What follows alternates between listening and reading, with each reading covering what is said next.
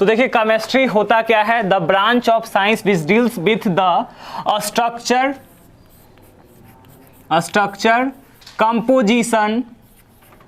Composition preparation and physical and chemical properties of elements या chemical substance. जो basically इसमें बात करेंगे स्ट्रक्चर के बारे में, कंपोजिशन के बारे में और उसका फिजिकल और केमिकल प्रॉपर्टी जो शामिल होता है उसको हम क्या कहते हैं, उसको कहते हैं केमिस्ट्री। ठीक है ना, ये सिंपल है। इसमें जो मेन है एंटोनी लेवोजायर,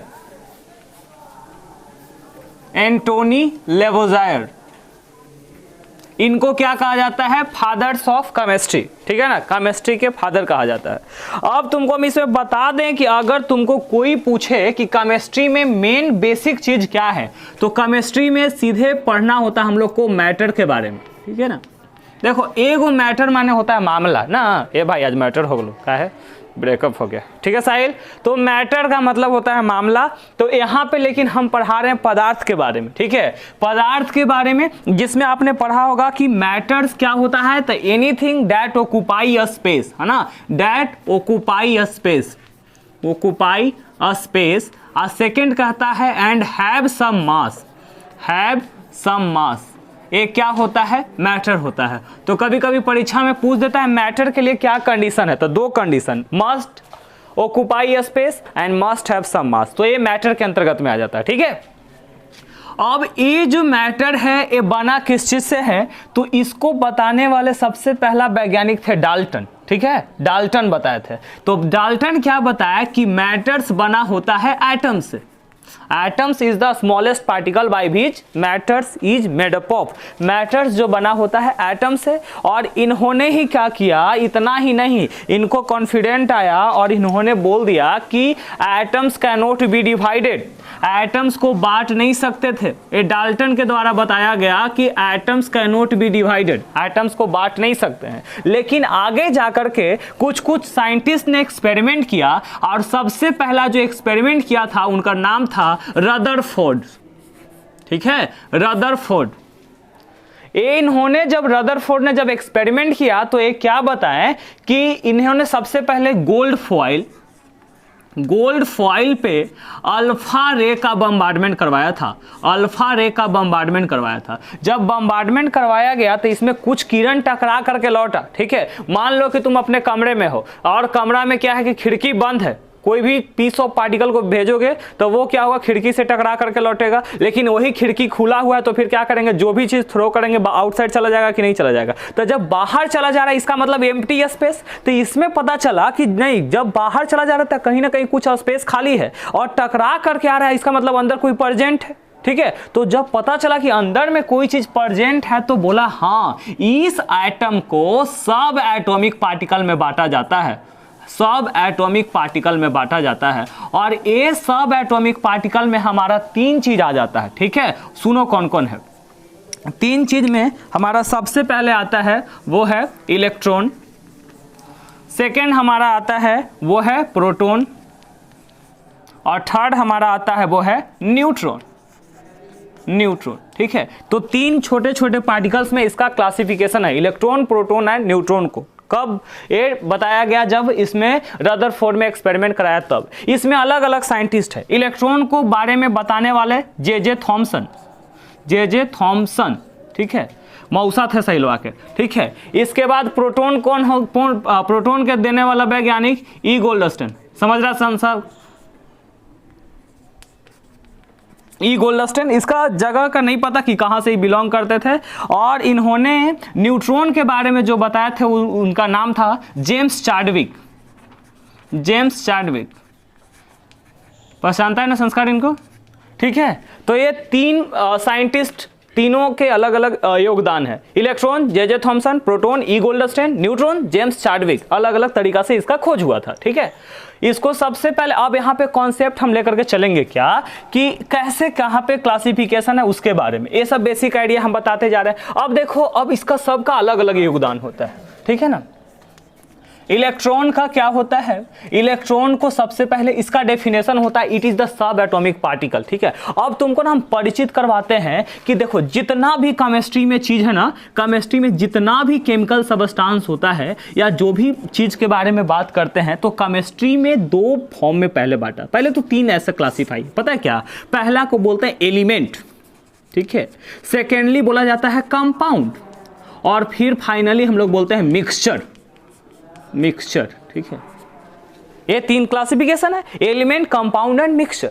लेकिन फिर भी यहाँ पे क्लासिफिकेशन किया गया तो बोला कि नहीं, कुछ जो सबस्टांस है वो प्योर है और कुछ इम्प्योर है, तो इसीलिए अगर यहाँ पे बोला कि एलिमेंट है तो उसको कैसे क्लासिफाई करेंगे, तो एलिमेंट को क्लासिफाई किया गया आगे जाकर के तीन भाग में, और यही एलिमेंट में से पहला आता है हमारा मेटल, सुने हैं, इसके बाद आता है नॉन मेटल, नॉन मेटल, और फिर फाइनली हमारा आता है मेटालॉइड्स, मेटालॉइड्स, जो दोनों का हल्का मेटल का भी गुण दिखाए, हल्का नॉन मेटल का भी, तो वो मेटालॉइड्स में आ जाता है, ठीक है। तो ये तीन क्लासिफिकेशन होता है, तो केमिस्ट्री में एलिमेंट्स, कंपाउंड और मिक्सचर, ठीक है। और इसमें एलिमेंट है तो तीन classification, metals, non metals, metalloids, ठीक है।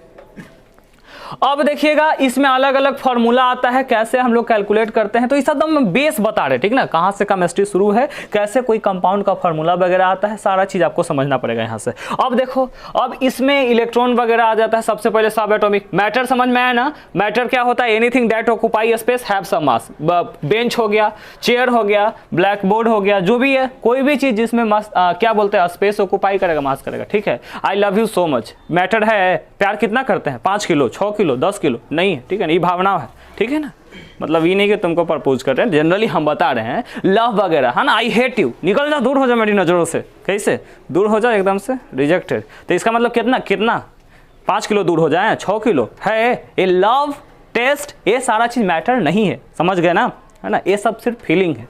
तो कभी कभी अगर परीक्षा में पूछ देगा कि है ना, if Rakhi love Sahil 5 kg then do you think there is matter, yes, वाह क्या बात है, बकलोल, नो, ठीक है ना, वो नहीं होगा, समझ रहे हैं ना, वो सारा चीज किस चीज में आ जाता है, तो वो चला जाता है हमारा, वो जनरली आ जाता है फीलिंग्स वगैरह में। अब इलेक्ट्रॉन के केस में आप कंसीडर कीजिए, ठीक है, इलेक्ट्रॉन्स के केस में क्या होता है, यहाँ पे देखिए, अब हम इलेक्ट्रॉन निकालने के लिए फॉर्मूला बताएंगे। इलेक्ट्रॉन का फॉर्मूला होता है, सबसे पहला ये होता है Z- charge.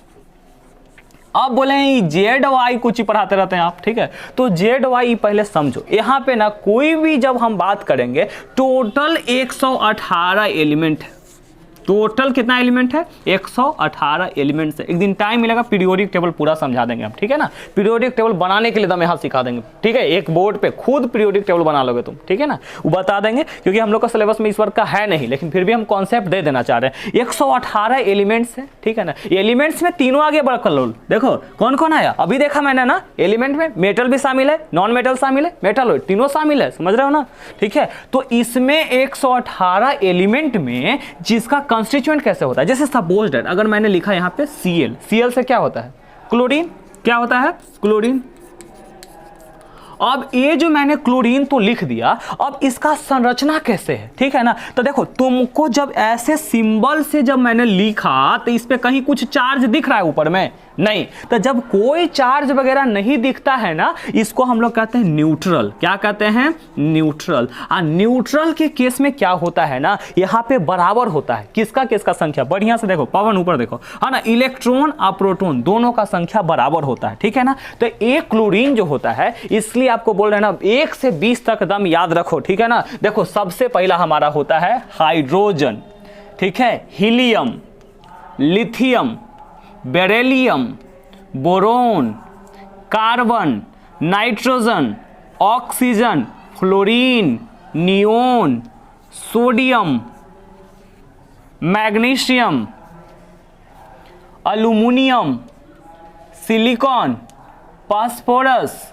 Sulphur, chlorine, argon, potassium, calcium, scandium, titanium. लेकिन हम लोग को देखना है सिर्फ और सिर्फ 20 तक, तो 20 तक में देखो ये हो गया 1 2 3 4 5 6 7 8 9 10 11 12, ये 12 इधर हो गया, 13, 14, 15, 16, 17, 18, 19, 20। ठीक है, ए आ गया हमारा 20 तक, समझ गए। और ए जो है ना 1 2 3 4, लक्ष्मी जी के जय जयकार, नहीं 1 2 3 4 जो भी दिख रहा है ये सारा चीज जो हमारा आ जाता है एटॉमिक नंबर में। कौन सा चीज में? एटॉमिक नंबर में। फ्रेम से हम आउट हो जा रहे होंगे, है ना। एटॉमिक नंबर में, चलो ये सब तो मटेरियल है ना इसमें, ठीक है। तो एटॉमिक नंबर जो सीरियल नंबर आपको दिख रहा है वो हो गया एटॉमिक नंबर। 1 से 20 तक याद रखना है, 10वां तक चल जाएगा, ठीक है ना। आगे जा करके इसको हम ना एक पीरियोडिक टेबल एक दिन मौका मिलेगा तो पढ़ा देंगे, उसमें भी पूरा एकदम यहीं पे बना देंगे पीरियोडिक टेबल हम, ठीक है, याद करने का तरीका के साथ साथ भी, ठीक है। तो ये इस तरीका से होता है। तो देखो यहाँ पे देखो बात नहीं, यहाँ पे देखिए क्लोरीन में 17 है, दिख रहा है कि नहीं दिख रहा है। क्लोरीन में 17 दिया हुआ, 17 क्या एटॉमिक नंबर हो गया। तो एटॉमिक नंबर क्या कहते हैं ना, सीरियल नंबर जो रहता है ना कोई भी एलिमेंट का पीरियोडिक टेबल में, वो एटॉमिक नंबर में कहा जाता है। इसका अगर एटॉमिक नंबर की कोई डेफिनेशन पूछे कि एटॉमिक नंबर क्या है, एटॉमिक नंबर क्या होता है, तो सीधे याद रखना है total number of proton. Atomic number का डेफिनेशन होता है टोटल नंबर ऑफ प्रोटॉन। और टोटल नंबर ऑफ प्रोटॉन तो तुमको पता हो गया, प्रोटॉन क्या होता है, तब पॉजिटिव चार्ज होता है, ठीक है, जो न्यूक्लियस में पाया जाता है। इसका संरचना कैसे, तो यही नाम समझा रहे हैं, क्लोरीन ऐसे लिखा हुआ है तो इसका संरचना इससे होता है। देखो एक क्लोरीन है, इसको सबसे पहले एक ऐसे घर में रहता है, एक बाद ये बाउंड्री रहता है, इसको हम न्यूक्लियस कहते हैं, समझ गए। ई न्यूक्लियस में 2 गो रहते हैं, ठीक है, नाना और पापा, यानी एन से न्यूट्रॉन और पी से प्रोटॉन, है ना। न्यूट्रॉन और प्रोटॉन न्यूक्लियस में पाया जाता है, ठीक है। और इसके बाद इसका बाहर ऑर्बिट होता है जेकरा में इलेक्ट्रॉन घूमते रहते हैं, है ना। इलेक्ट्रॉन घूमते रहता है बाहर वाला ऑर्बिट में, तो आउटर वाला ऑर्बिट में इलेक्ट्रॉन रहता है।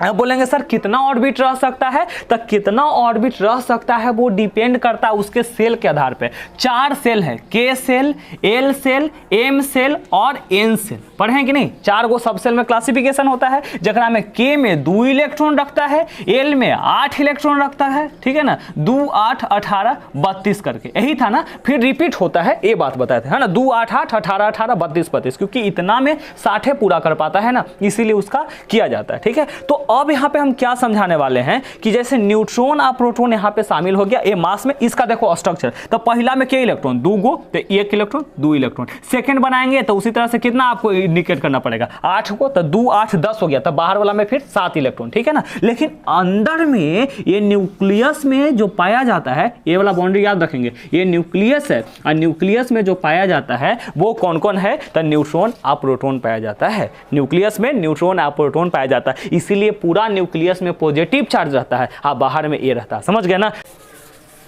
क्वेश्चन है calculate the total number of electron proton and neutron in Cl-1। चलो सवाल देखो, Cl-1 यहां पे 3 चीज निकालना है, इलेक्ट्रॉन प्रोटॉन न्यूट्रॉन, 3 चीज चाहिए हमको। अब देखो सबसे पहला इलेक्ट्रॉन निकालेंगे, बताओ एटॉमिक नंबर कितना है क्लोरीन का, Z बराबर 17, ठीक है ना, Z बराबर 17 है, ठीक है। अब यहाँ पे चार्ज कितना दिया हुआ है जी, बताओ। चार्ज दिया हुआ है -1, चार्ज कितना दिया हुआ है -1।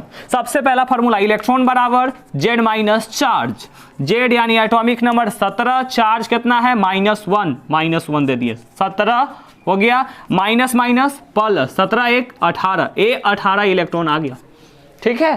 सेकेंड क्वेश्चन कहता है Z बराबर P, तुमको पता है, यानी atomic number number of proton के बराबर होता है। जब एटॉमिक नंबर तुम्हारा 17 दिया है, इसलिए प्रोटॉन का संख्या कितना हो जाएगा, कोई दिक्कत, ये निकल गया। अच्छा न्यूट्रॉन बराबर, तो न्यूट्रॉन निकालने से पहले आपको याद करना पड़ेगा मास नंबर। तो मास नंबर कैसे निकालेंगे, तो देखिए मास के लिए अभी ट्रिक बताए थे, देखो m से मास, m से मौसा, याद रखना, ठीक है ना। तो मौसा को 2 गुना कर देंगे, कब, जब वो 2 गो सिंघाड़ा लेके आएंगे, यानी इवन, है ना। और 3 गो लेकर के आते हैं, यानी 3 के मल्टीपल लेकर के आते हैं, तो एगो मौसी को साथ में लेके आएंगे, यानी Z × 2 + 1, Z × 2 + 1, ठीक है, ये याद रखना। अब यहाँ देखो अब कैसे हम लोग निकालेंगे, यहाँ पे देखो तो क्लोरीन है, ठीक है, इसका Z बराबर होता है 17। 17 कौन सा संख्या है, ऑड है कि इवन, ऑड है, ठीक है। तो ऑड है, तो ऑड में क्या बताएं हैं आपको ट्रिक, Z × 2 + 1, तो 17 × 2 + 1, तो 17 दूनी 34 1 बोल 35, 35 होगा कि नहीं, ये इसका मास आ गया। तो न्यूट्रॉन बराबर फार्मूला क्या होता है, न्यूट्रॉन बराबर, ये तो यहाँ A बराबर दिया हुआ है ना, N प्लस पी, A बराबर N प्लस पी दिया हुआ है। तो न्यूट्रॉन कैसे निकलेगा, तो न्यूट्रॉन का जो फार्मूला होता है वो होता है A माइनस पी। तो A का मान यहाँ पे है 35 और प्रोटोन का मान कितना है, तो Z बराबर P, तो प्रोटोन है 17। अब बताओ 35 में से 17 जाएगा तो कितना बचेगा रे लोल्हा, है ना 18। ये आ गया कि नहीं। तो ये इस तरह से हम लोग कैलकुलेट करते हैं। कोई भी क्वेश्चन रहेगा इलेक्ट्रॉन प्रोटॉन एंड न्यूट्रॉन, इस तरह से एकदम समझने का तरीका होता है। कोई दिक्कत यहाँ तक नहीं ना, क्लोरीन है ना जी, प्रोटॉन 18 कैसे हो जाएगा, Z बराबर P होता है ना। इलेक्ट्रॉन बराबर रहेगा किस में, प्रोटॉन का संख्या, जब ये न्यूट्रल रहेगा। लेकिन ये न्यूट्रल है, ये Cl-1 दिया हुआ है, ठीक है ना, ये नहीं हो सकता है। एटॉमिक नंबर के बराबर होता है ना, Z बराबर P, यहाँ पे लिखा मैंने, देखो एटॉमिक नंबर बराबर होता है टोटल नंबर ऑफ प्रोटॉन के, ठीक है, तो Z बराबर P, ठीक है। तो आई होप समझ में आया होगा। मिलेंगे नेक्स्ट वीडियो में, तब तक के लिए बाय।